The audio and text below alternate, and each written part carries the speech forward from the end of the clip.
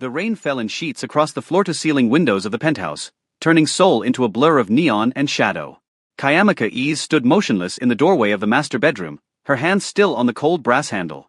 The silk dress she wore, the one he had chosen for her, clung to her skin like a second lie. On the bed, tangled in sheets that still smelled of her perfume, her husband lay beside another woman. His eyes found hers first. And in them, she saw no shock. No guilt. Only the flat, patient gaze of a man who had been waiting for her to discover what he had stopped hiding. The woman stirred. Kayamaka did not blink. Stay with me, because this story will not let you go. Like, share and subscribe, and comment I stayed so I know my real ones are watching. Kayamaka's fingers released the door handle with the quiet precision of someone who had learned, long ago, that survival meant controlling even the smallest gestures. She did not scream. She did not cry. She turned and walked down the hallway of the penthouse she had called home for 3 years, her heels clicking against marble floors that had witnessed 1,000 silences between her and the man she had married. Behind her, she heard movement. The rustle of sheets. A woman's confused murmur. And then his voice. Kayamaka.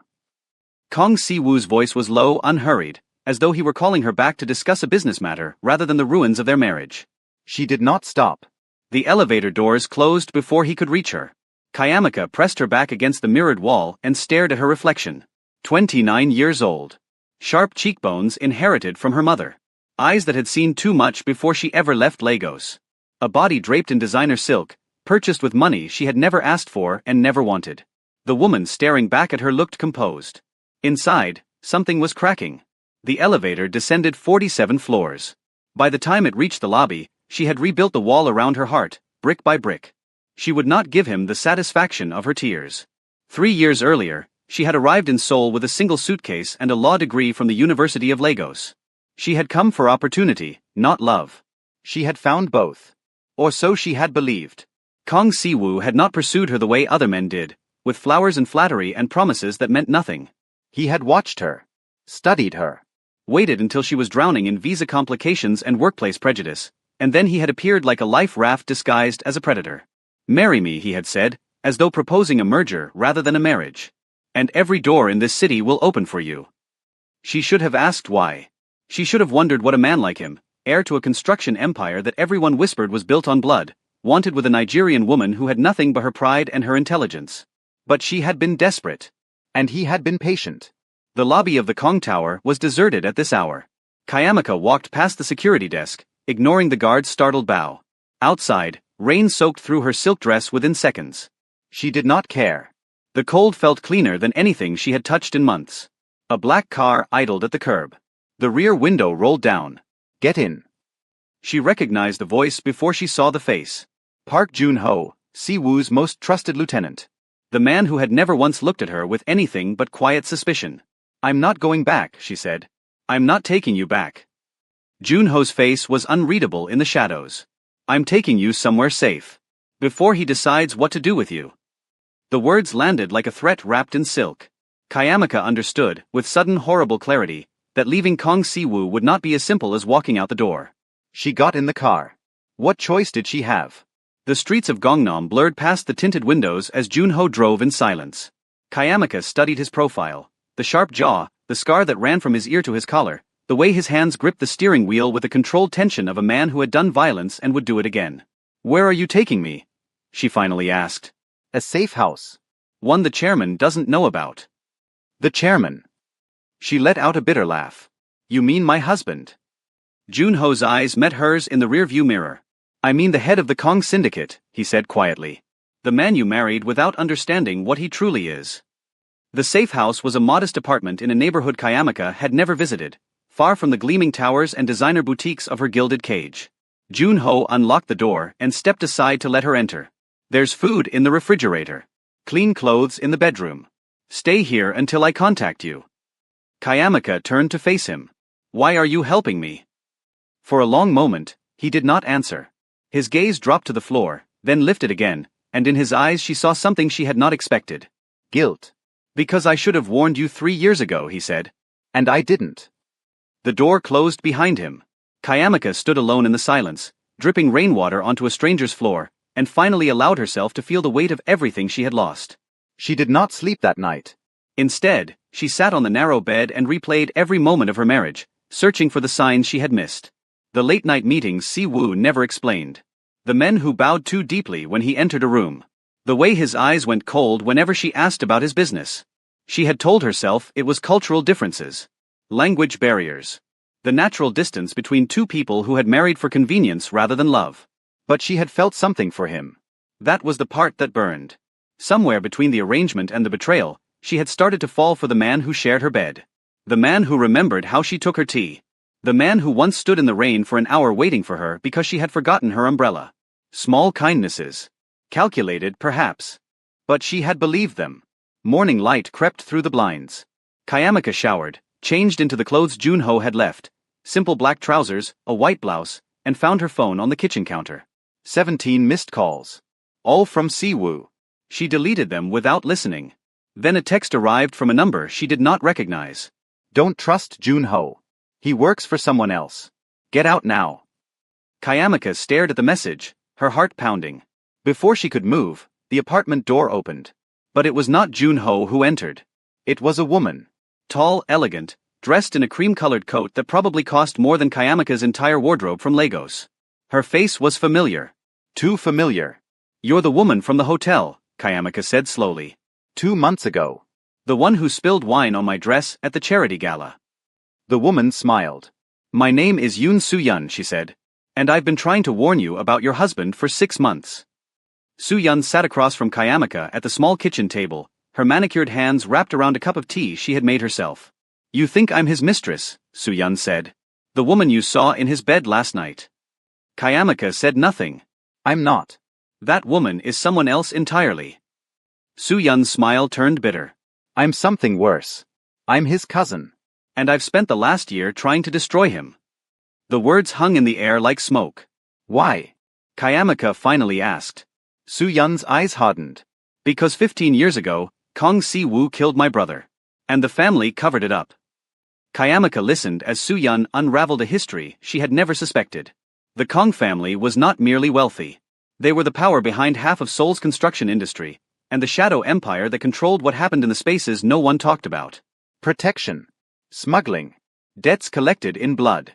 Si-woo was not just the heir. He was the enforcer. My brother discovered evidence of a deal that would have destroyed them, Soo-yeon said. Shipments hidden in construction materials. People who disappeared when they asked too many questions. He threatened to expose everything. Her voice cracked. They found his body in the Han River 3 days later. And the woman in his bed? Kayamika asked. Soo-yeon's expression shifted to something like pity. Her name is Min Ji-yeon. She's a prosecutor. The very prosecutor assigned to investigate the Kong family's business dealings. Kayamika felt the floor tilt beneath her. He's not just cheating on you, Soo-yeon said quietly. He's compromising the investigation. Seducing the woman who could put him in prison. And you, she paused. You were always just his cover. The respectable foreign wife who made him look legitimate. The next 3 weeks passed in a haze of revelation and rage. Kayamika moved from the safe house to a small apartment Soo-yeon helped her secure under a false name. She stopped answering her phone entirely. She began documenting everything she remembered from her marriage. Dates, names, overheard conversations, the files she had glimpsed on Si-woo's desk when he thought she wasn't looking. She had been a lawyer before she was a wife. And she was done being invisible. But Si-woo was not a man who accepted loss. 2 weeks after she disappeared, his face appeared on every news channel in Seoul. My wife is missing, he said, his voice steady, his expression the perfect mask of concern. I am offering a reward of 500 million won for information leading to her safe return. Kayamika watched the broadcast from Soo-yeon's living room, her hands shaking with fury. He's making me look like a victim, she said. He's making you look like property, Soo-yeon corrected. Property he intends to reclaim. The first envelope arrived 3 days later. It was slipped under Kayamika's door with no return address, no postmark. Inside was a photograph. Her mother's house in Lagos. On the back, written in elegant Korean script, "Come home, wife. Or I will bring your family to you." Kayamika's hands trembled as she dialed a number she had not used in months. Her mother answered on the second ring. "Mama," Kayamika said, fighting to keep her voice steady. "I need you to leave the house. Tonight. Take Adiz and the children and go to Auntie Ngozi's place in Enugu." Kayamika, what is happening? You sound. Please, Mama. Trust me. I will explain everything. But you have to leave now. A long silence. Then her mother's voice, quiet and knowing. "This man you married. He is not who he said he was, is he?" Kayamika closed her eyes. "No, Mama. He's not." That night, Kayamika made a decision. Running would not be enough. Hiding would not protect her family. The only way to stop Kong Siwoo was to destroy him, with the same weapons he had used to build his empire. Information. Leverage. Truth. She needed evidence. Real evidence. The kind that would put him behind bars and ensure he could never touch her or anyone she loved again. And she knew exactly where to find it. The Kong family compound sat on 3 acres of manicured grounds in the hills above Seoul. Kayamika had visited twice during her marriage, both times for formal family dinners where she was displayed like a trophy and spoken to like a servant. She remembered the layout. The main house. The guest quarters. And the study where Siwoo's father conducted the real business of the family. The old man had died 8 months ago. The study had been locked ever since. "You're insane," Soo-yeon said when Kayamika told her the plan. "I'm desperate," Kayamika corrected. "There's a difference." They sat in Soo-yeon's car, parked 2 blocks from the compound's outer wall. Dawn was still hours away. The streets were empty. The security system alone. "I know the codes," Kayamika said. "Siwoo used the same sequence for everything. His mother's birthday. He thought I never noticed." Soo-yeon stared at her.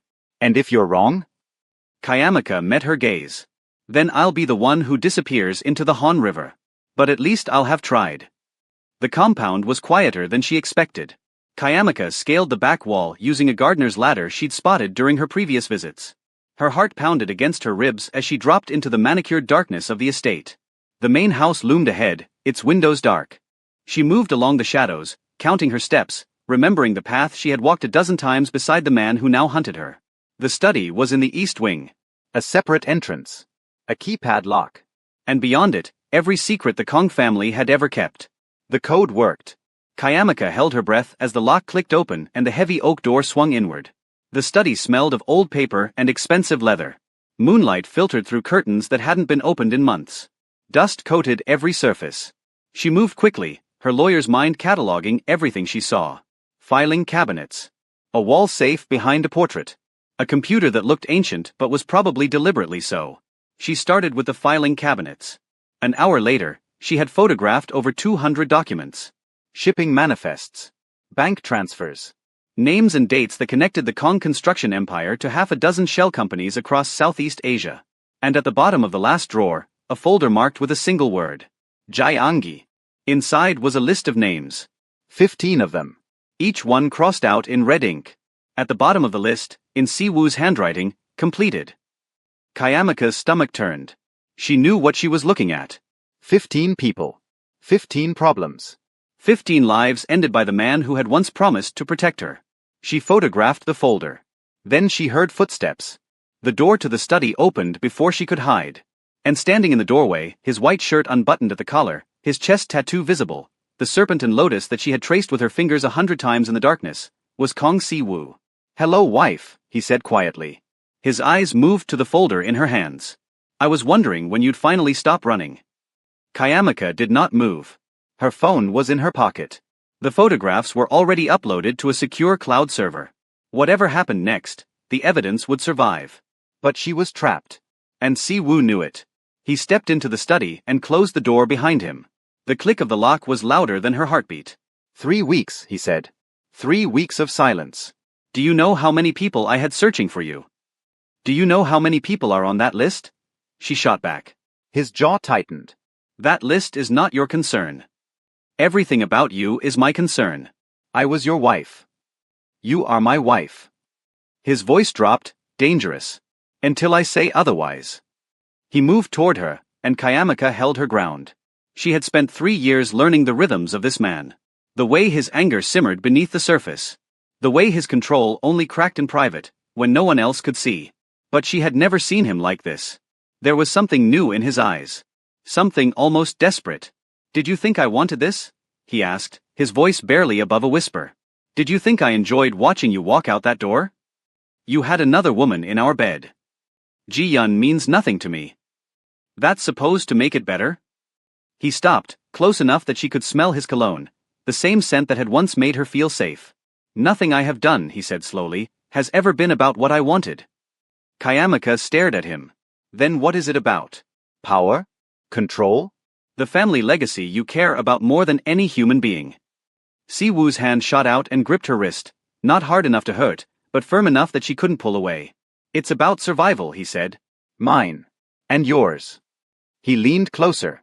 You think I married you because you were convenient? You think I kept you in that penthouse for 3 years because you were useful? His eyes searched hers. I married you because you were the only person in my entire life who looked at me like I might be more than what they made me. The words hit her like a blow. Kayamaka felt her resolve waver, just for a second, before she rebuilt the wall around her heart.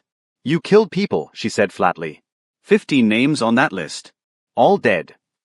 Siwoo released her wrist. Yes. No denial. No excuse. My father ordered those deaths years before I took over. I inherited the list. I inherited the consequences. And Ji-Yun? What did you inherit with her? He was silent for a long moment. Ji-Yun was a mistake, he finally admitted. A miscalculation. I thought I could control the investigation by sleeping with the prosecutor? By keeping her close. His voice hardened. But she's more dangerous than I realized. And she's not who she claims to be. Kayamaka's mind raced. What do you mean? Siwoo turned away, pacing toward the window. 3 months ago, I discovered that Ji-Yun has been receiving payments from my uncle. The same uncle who has been positioning himself to take control of the syndicate since my father's death. He faced her again. She's not investigating me. She's working for him. And the night you found us together, he paused. She was planting evidence. Photographs. Documents.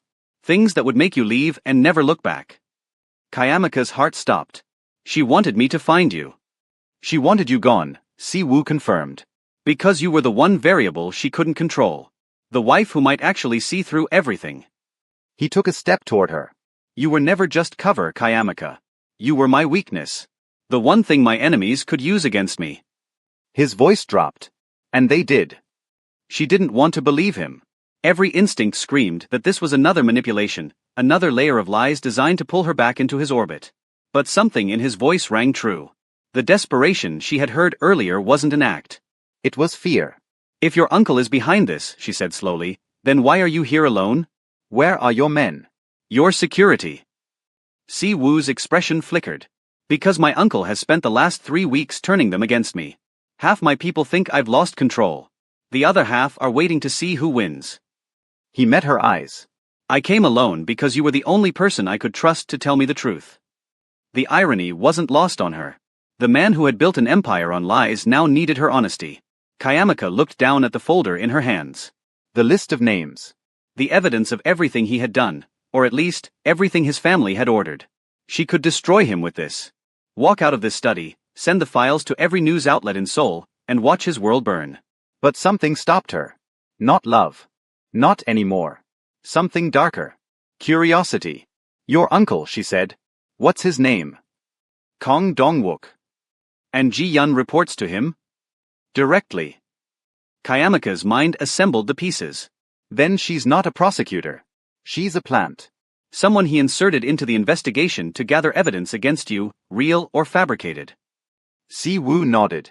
Which means the evidence you've been collecting tonight, Kayamaka continued, could destroy him too. A flash of something crossed his face. Surprise. Then, slowly, respect.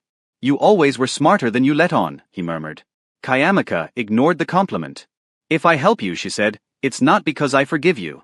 It's not because I trust you. And it's certainly not because I believe a single word about that woman meaning nothing. She stepped closer, her voice hardening. I help you because I want my freedom. A divorce. My family protected.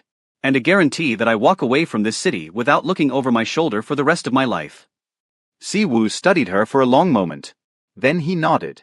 Done. But trust is not rebuilt in a single night. And freedom is not given, it is taken. Kayamaka left the compound with the evidence she had gathered, but she did not return to Soo-Yun's apartment. Instead, she went to the one place Siwoo would never think to look. The hospital where she had once worked as a legal consultant. The place where she had first caught the attention of a man who collected people the way others collected art. Dr. Bae-Eun-soo was working the night shift when Kayamaka appeared at her office door. They had been friends once, before the marriage, before Kayamaka's world had shrunk to the size of a penthouse prison.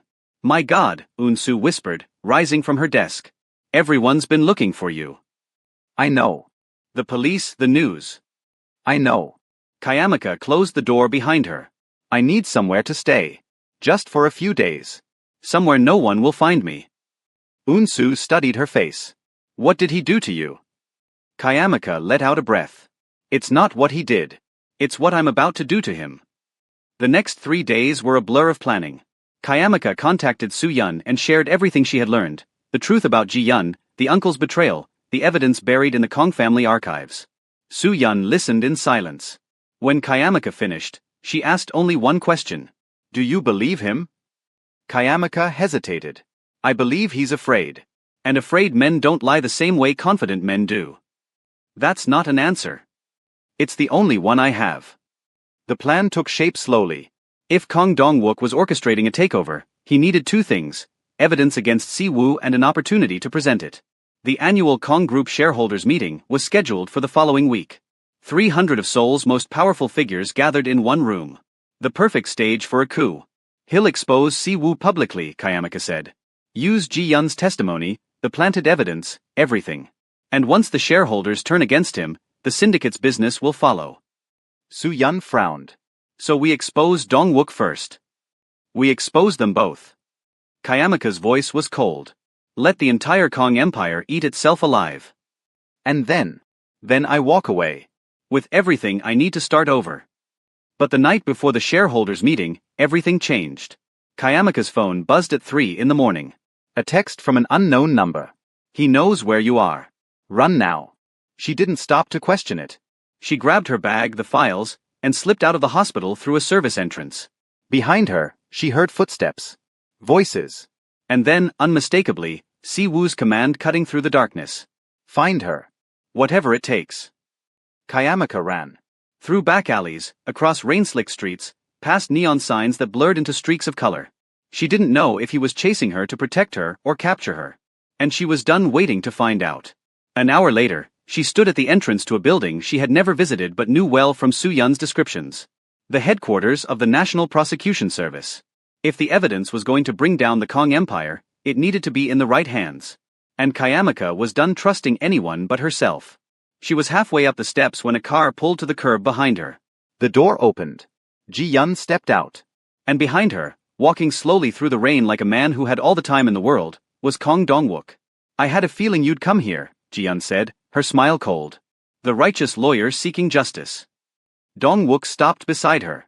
Hand over the files, he said. And we'll pretend this never happened. Kayamaka's grip tightened on her bag. You killed 15 people. Destroyed families. Built an empire on blood. Her voice shook with fury. And you think I'll just hand you the evidence? Dong-wook's expression didn't change. I think you'll do whatever keeps your mother alive. The threat landed like a physical blow. Kayamaka's breath caught. What did you say? Your family relocated to Enugu 3 weeks ago, Dong-wook said calmly. Your mother's health has been declining. Stress, the doctors say. But we both know stress can be managed. He smiled. Or accelerated. Kayamaka felt the ground shift beneath her. Everything she had done, every risk, every sleepless night, had been to protect her family. And they had been watching the whole time. If you hurt them. I don't want to hurt anyone. Dong-wook spread his hands. I want to take back what my brother stole from me. The empire he built with my father's money. The empire he denied me when he made his idiot son the heir. His eyes hardened. Give me the files. I'll destroy Si-woo. And you'll walk away with your family intact. It was an impossible choice. Justice or family. Truth or survival. Kayamaka stood frozen on the prosecution service steps, rain soaking through her coat, the evidence of 2 generations of corruption clutched in her hands. She thought of her mother's voice on the phone. This man you married. He is not who he said he was. No. He wasn't. But neither was she. She made her decision. I'll give you the files, she said. Dong-wook's smile widened. On one condition. The smile faltered. I want proof that my family is safe. Video confirmation. Tonight. Dong-wook exchanged a glance with Ji-yeon. That can be arranged. Then arrange it. I'll wait here. 20 minutes later, Ji-yeon's phone buzzed. A video call. Kayamaka watched as her mother's face appeared on the screen, tired, worried, but alive. Behind her, the familiar walls of Auntie Ngozi's sitting room. Mama, Kayamika said softly. Are you safe? We are safe. But Kayamika, what is happening? These men. I know, Mama. I know. But I need you to trust me. Can you do that? Her mother's eyes glistened. Always. The call ended. Kayamika turned to Dongwook. The files, she said. And then she did something neither of them expected. She threw the bag, not to Dongwook, but over the railing of the prosecution service steps, where it landed at the feet of a man who had just stepped out of the shadows. Kong Si-woo caught it without blinking. The next 30 seconds unfolded in chaos. Men emerged from parked cars, Si-woo's men, the ones who had remained loyal. Dongwook shouted orders. Ji-yun reached for a weapon that was no longer there, confiscated by the two officers who now flanked her. And through it all, Kayamika stood motionless, watching the empire she had married into tear itself apart. When the shouting stopped and the handcuffs clicked, Si-woo walked up the steps to where she waited. His face was unreadable. The tattoo on his chest gleamed in the streetlight, the serpent and lotus, symbols of power and rebirth. You knew, he said quietly. I suspected. Her voice was steady. Dongwook's people contacted me the night I found you with Ji-yun. They wanted me to be their weapon. So I let them think I was. And the files. Copies. The originals are already with the prosecutor general. The real one. Si-woo stared at her. For the first time since she had known him, he looked completely off balance. You destroyed my uncle, he said slowly. And you handed me the evidence to clear my name. I handed the evidence to the authorities, she corrected. What they do with it is their choice. But why? She met his eyes. Because I wanted my freedom. Not your gratitude. Not your protection. Just the ability to walk away and never look back. A long silence fell between them. The rain had stopped. Somewhere in the distance, sirens wailed. And if I don't let you walk away? Si-woo asked. Kayamika smiled, the first genuine smile she had allowed herself in months. Then you'll prove that everything I believed about you is true. And I'll spend the rest of my life making sure the world knows it. He didn't move. Didn't reach for her. Didn't try to stop her. He simply watched as she turned and walked down the steps, her heels clicking against wet concrete, her head held high. Kayamika. She paused. I never stopped. Don't. Her voice cracked, just once. Don't say something we'll both regret. She kept walking. She was almost at the corner when she heard his voice again. Quieter this time. Almost lost in the wind. I'll wait. She didn't turn around. But something in her chest, something she had thought was dead, flickered back to life. 3 months later. Lagos hummed with the familiar chaos. Kayamika had missed more than she ever admitted. The heat. The traffic. The sound of her mother's voice calling her inside for dinner. She had rebuilt her life piece by piece. A position at a law firm that didn't ask too many questions, a small apartment overlooking the lagoon, and the quiet satisfaction of knowing she had survived. But survival wasn't the same as peace. And peace wasn't the same as forgetting. She was reading contracts when the knock came. 3 sharp raps. Distinctive. Familiar. Her heart stopped. She opened the door. And there he stood. Kong Si-woo, in a linen shirt and dark trousers, looking like he had stepped out of a dream she kept trying not to have. The tattoo was visible at his open collar. The same serpent and lotus. The same man. And yet somehow, not the same at all. What are you doing here? She asked. I told you I would wait. That was 3 months ago. I'm aware. A ghost of a smile crossed his face. Patience has never been my strength. She stared at him. The syndicate. Dismantled. The legal holdings have been restructured. My uncle is awaiting trial. He paused. I'm not the man you married anymore, Kayamika. Then who are you? He took a breath. Someone who wants to earn back what he destroyed. If you'll let him. She should have closed the door. Every rational part of her brain screamed that this was a mistake, that trusting him again would only lead to more heartbreak, more betrayal, more nights spent rebuilding walls that he had shattered. But she had learned something in those 3 months. Walls kept out pain. But they also kept out everything else. One dinner, she said finally. His eyes lit up. That's all I'm asking. It's not forgiveness. I know. And it doesn't mean. I know. He reached out slowly and took her hand. His thumb brushed across her knuckles, a touch so gentle it made her throat tighten. It means you're giving me a chance to show you who I could be, instead of who I was. She looked at their joined hands. At the tattoo on his wrist, a smaller version of the one on his chest, a mark she had never noticed before. And she realized, with sudden clarity, that he had added something to it. A single word, inked beneath the serpent and lotus. Her name. "When did you get that?" she whispered. "The day after you left." His voice was rough. "I needed something to remind me what I was fighting for." She looked up at him. At the man who had built an empire on blood. At the man who had destroyed it for her. At the man who stood on her doorstep in Lagos, 3 months later, with her name etched into his skin. And for the first time in 3 years, Kayamaka Ease allowed herself to hope. The restaurant Siwoo chose was small and unremarkable, a local spot near the lagoon where the owner knew everyone by name and the food tasted like home. Kayamaka had passed it 100 times without stopping. She had never imagined sitting across from Kong Siwoo at one of its battered wooden tables, watching him struggle with a plate of jollof rice while the evening breeze carried the sound of boats across the water. "You're holding the spoon wrong," she said.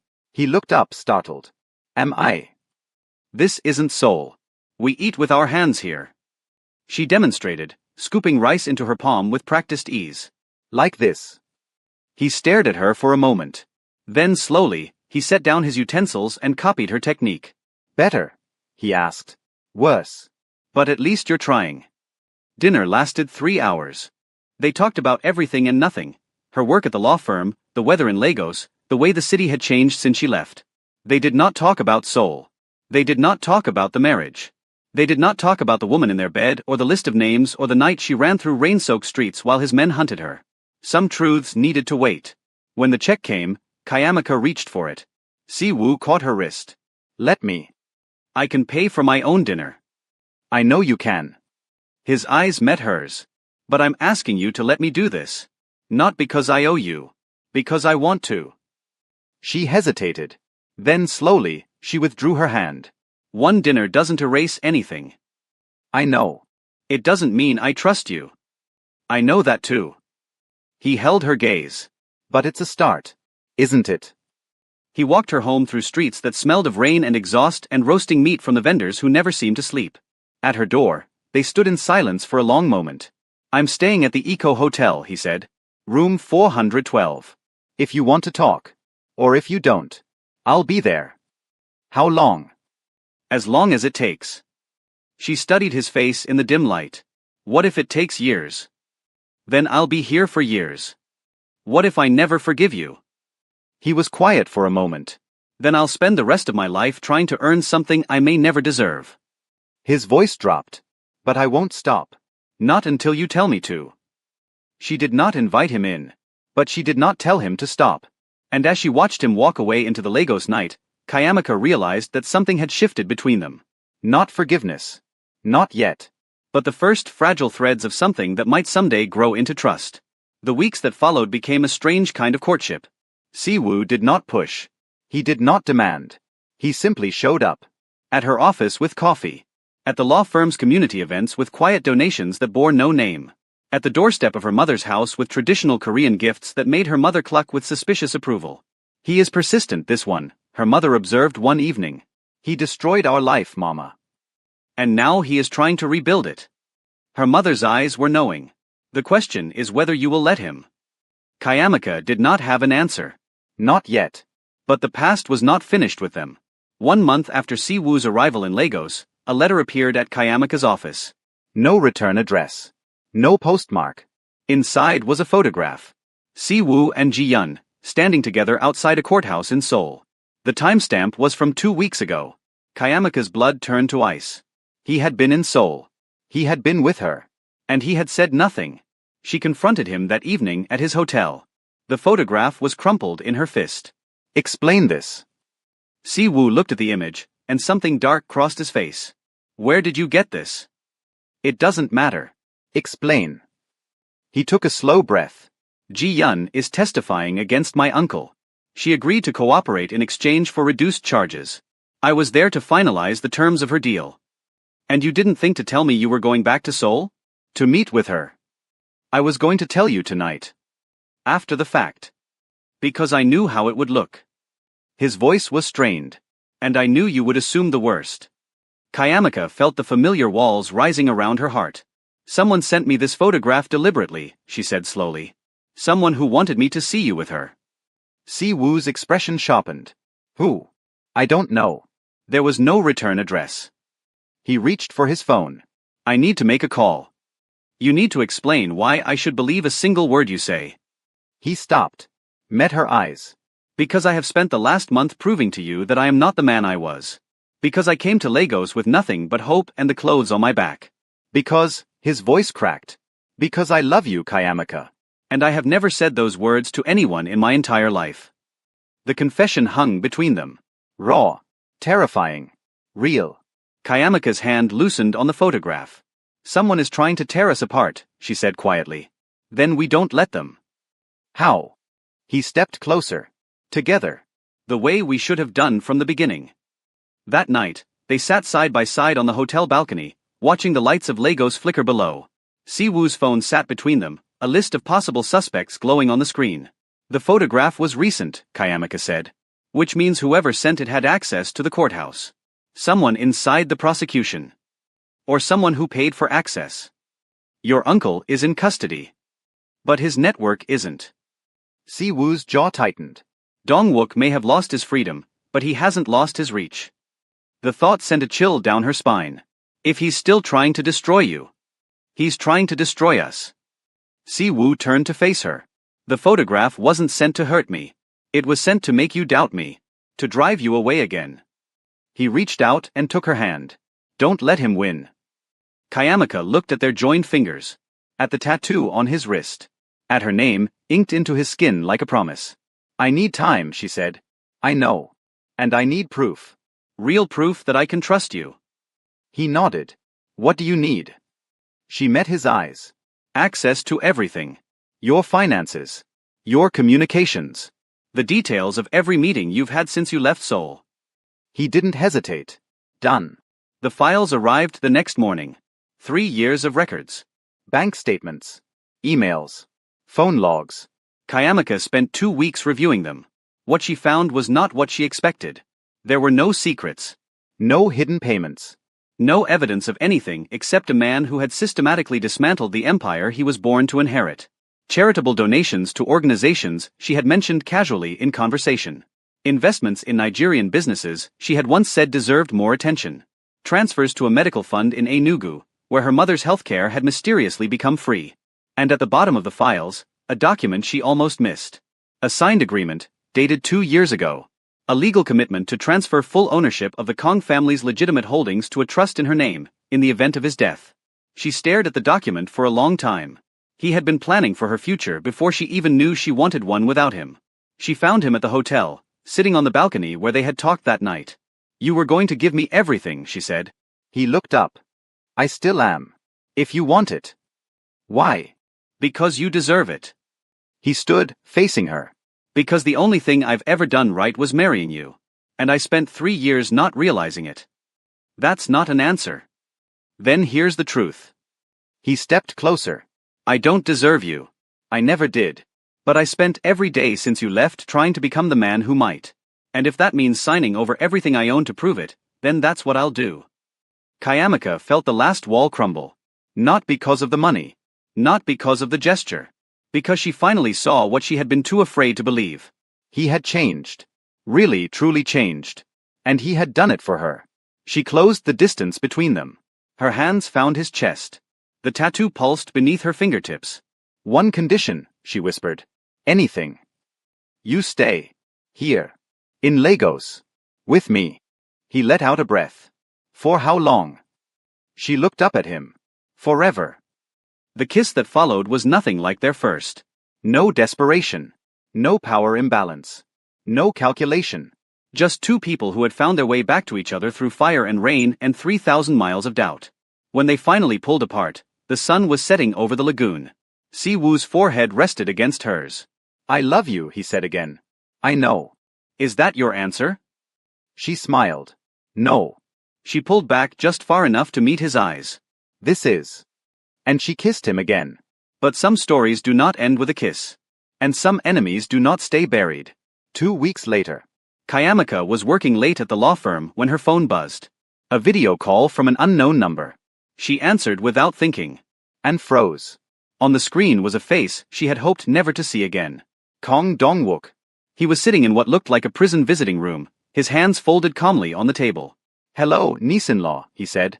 "We need to talk." Kayamika's grip tightened on the phone. "You're in custody. You have no power." "Power doesn't require freedom." His smile was cold. "I have associates who will do anything I ask. And what I'm asking for now is very simple." "What?" "My nephew destroyed my empire. You helped him do it." He leaned closer to the camera. "Now I want compensation. You'll get nothing from me. I want him to suffer." Dong-wook's eyes glittered. "And you're going to help me make that happen?" "Go to hell." His smile widened. "Check your messages." The call ended. Kayamika's hands were shaking as she opened her text messages. A video. She pressed play. And her world collapsed. On the screen was her sister, Adiz. bound to a chair in a room Kayamika didn't recognize. A man stood behind her, his face obscured, a knife gleaming in his hand. "You have 48 hours, Dong-wook's voice said over the footage. "Bring Si-woo to the address I send. Alone. Or your sister dies." The screen went black. Kayamika couldn't breathe. She couldn't think. Her sister. Her baby sister. The girl she had protected since childhood, sacrificed everything for, left behind in Lagos to build a life that would make them all safe. Now a hostage. Because of her. She called Si-woo. He answered on the first ring. "What's wrong?" "They have Adiz." Silence. Then his voice, hard as steel. "I'm on my way." Si-woo arrived at Kayamika's apartment within the hour. He found her pacing the small living room, her phone clutched in her hand, her eyes wild with a fear she could not control. "Show me," he said. She handed him the device. He watched the video without expression. His jaw tightened. His hands did not shake. But Kayamika knew him well enough to see the storm building behind his eyes.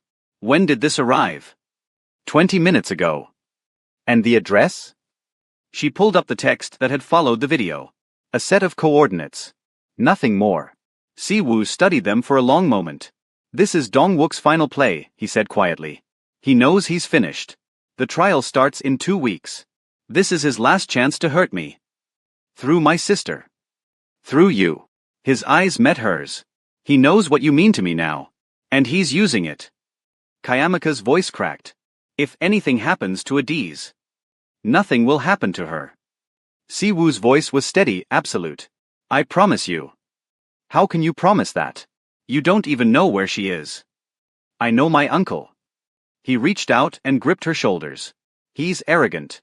He thinks he's already won. And that arrogance is going to be his downfall. What do? We don't play his game."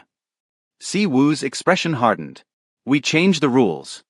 The next 12 hours were a blur of phone calls and strategy. Si-woo contacted the remnants of his network, the men who had stayed loyal, the investigators who owed him favors, the former prosecutors who had helped bring down his uncle's empire. Kayamika reached out to Soo-yun, who was still in Seoul, still gathering evidence for the trial. Together, they began to piece together Dong-wook's operation. The coordinates point to a warehouse district outside Ikeja, Soo-yun reported over video call. Industrial area. Mostly abandoned. Easy to hide someone. "And Dong-wook's associates?" Si-woo asked. 3 confirmed. 2 former syndicate enforcers who avoided prosecution. And a woman. Kayamika's stomach dropped. "Who?" Soo-yun hesitated. "Min Ji-yun." The name hit like a blow. "She's supposed to be in custody," Kayamika said. "She agreed to cooperate. She was released 2 days ago. Bail was set at an amount that should have been impossible." Soo-yun's expression was grim. "Someone paid it." Si-woo's eyes went cold. "My uncle has been planning this for weeks. He used the trial preparation as cover. Made us think Ji-yun was cooperating while she was already planning to disappear. And now she's here. In Lagos." He nodded slowly. "With my sister." The plan they developed was dangerous. But it was the only chance they had. Si-woo would go to the coordinates as demanded, but not alone. Former military operatives he had worked with during the syndicate's dissolution would be positioned around the warehouse. Nigerian police, contacted through a connection of Kayamika's from her law firm, would be on standby. And Kayamika would be watching from a surveillance van 2 blocks away. "You're not going in there," Si-woo said when she protested. "She's my sister. And you're the reason I'm still fighting." He took her face in his hands. "If something happens to you, none of this matters. None of it. She wanted to argue.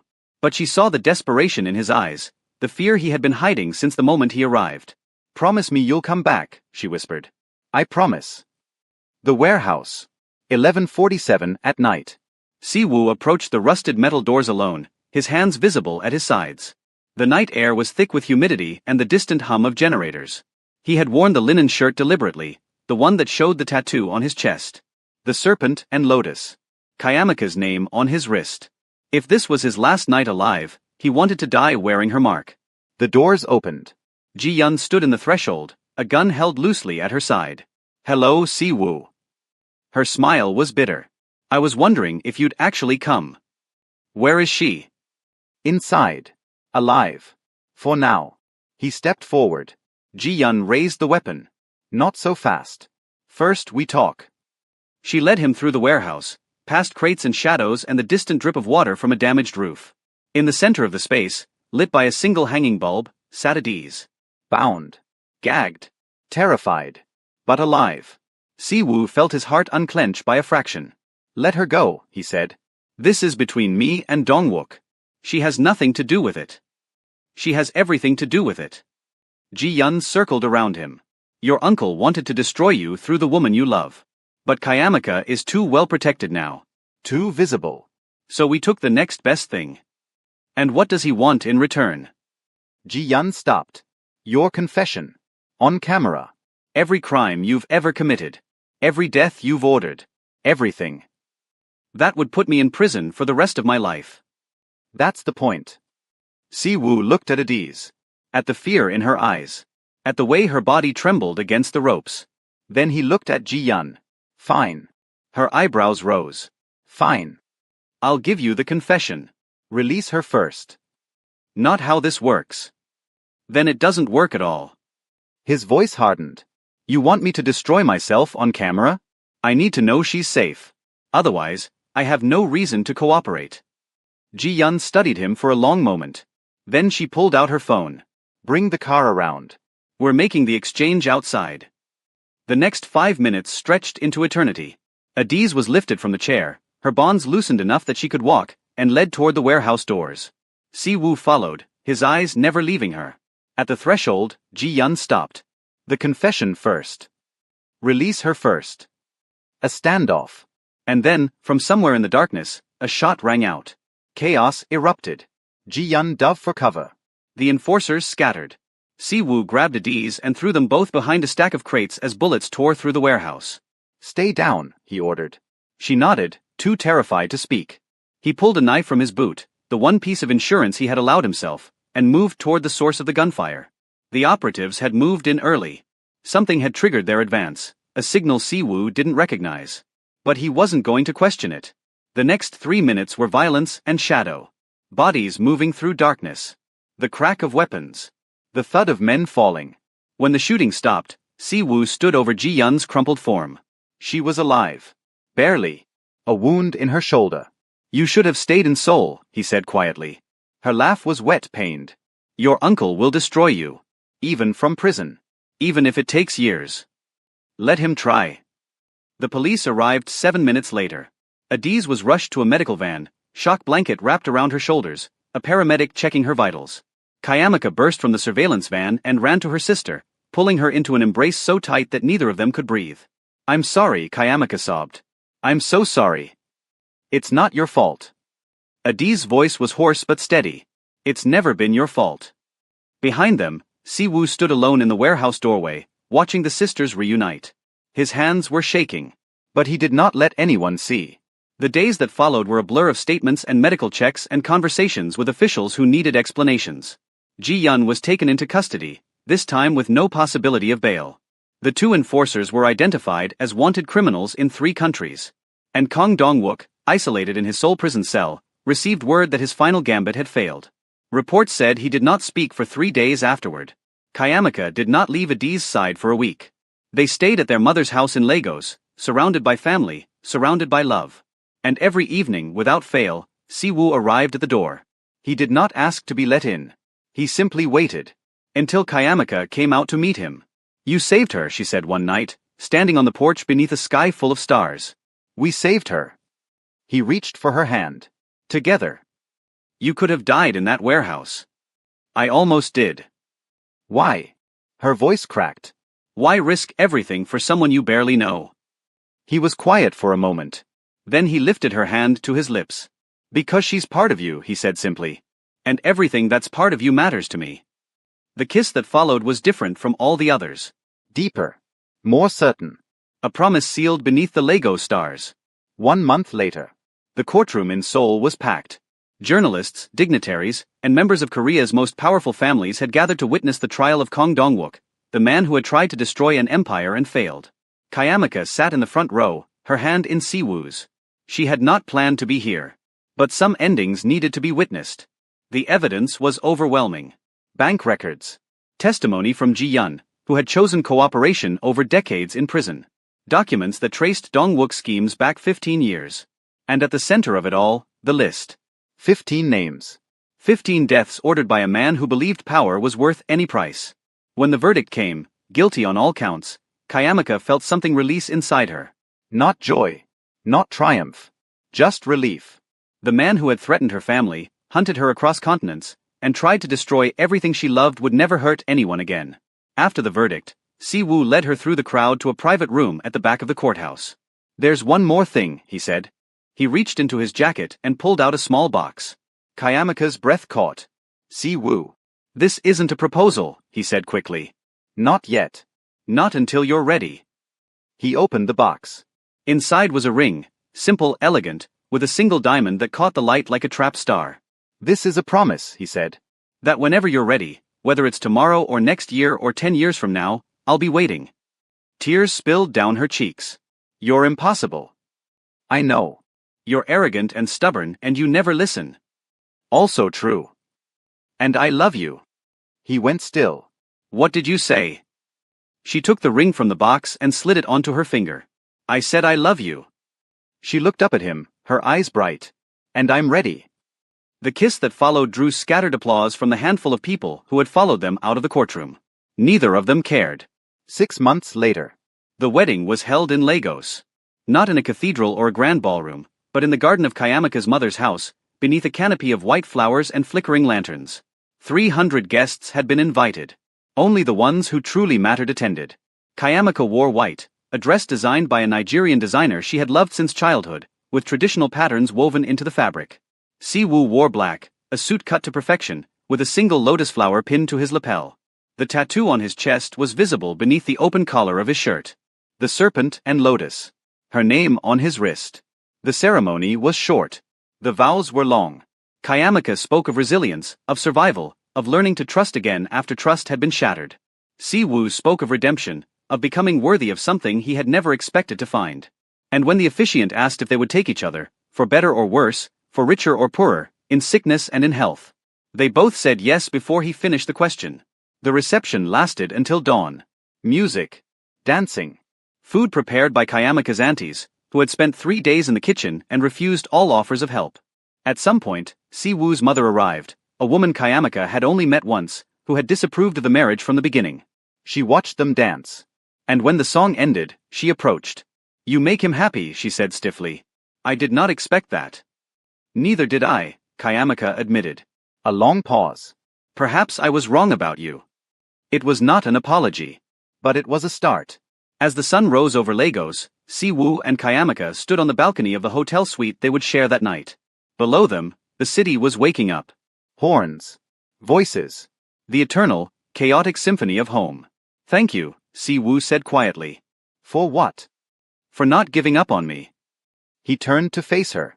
For seeing the man I could be when all I showed you was the man I was. She reached up and touched his face. You earned it. Every day. Every gesture. Every moment you chose to stay. I'll keep choosing. His voice was rough. For the rest of my life. Good. She smiled. Because I'm not letting you go. The kiss that followed was soft. Unhurried. The beginning of forever. 1 year later.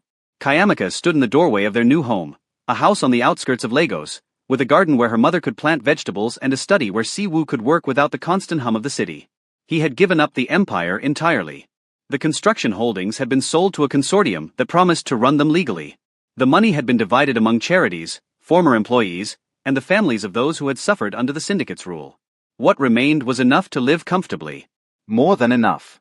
You're thinking too loud, Siwoo said, appearing behind her. I'm thinking about how different this is.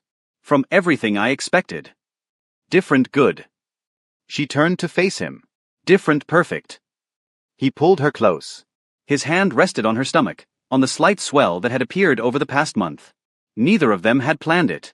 Both of them were terrified. And both of them were happier than they had ever been. Our child will have everything we didn't, Siwoo said quietly. Safety. Love.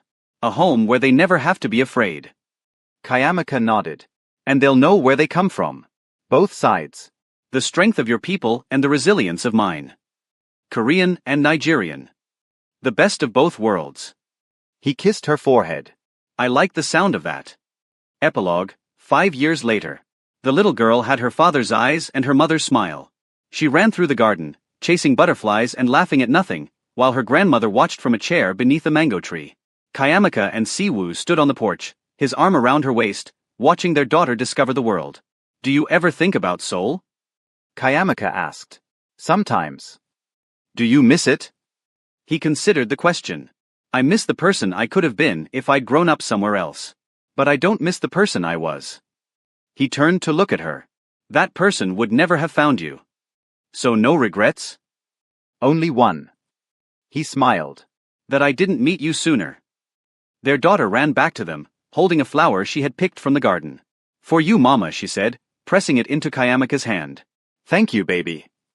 And for Daddy, she reached into her pocket and pulled out a smooth stone. I found this. It looks like a heart. Siwoo knelt down to accept it, his expression softening. It's perfect. Like our family? He glanced up at Kayamaka. Like our family. That evening, after dinner and bedtime stories and whispered goodnights, Siwoo and Kayamaka sat together on the porch. The stars were out. The garden was quiet. And somewhere in the distance, the city hummed with the same chaotic energy it had carried since the day Kayamaka was born. Thank you, she said. For what? For staying. For fighting. For becoming the man I always hoped you could be. He took her hand. Thank you for believing I could. They sat in silence for a long time. Two people who had been broken by circumstance. Two people who had rebuilt themselves and each other. Two people who had found love in the most unlikely of places, and refused to let it go. The past would always be there. The scars. The memories. The weight of everything they had survived. But the future was theirs. And they would face it together. Thank you for staying with me through this story. If you enjoyed this Afro-Korean dark romance, please like, share, and subscribe. Comment the location where you are watching from. And don't forget to hit the bell for more stories that will keep you on the edge of your seat. Until next time, stay safe, stay loved, and never give up on your happily ever after.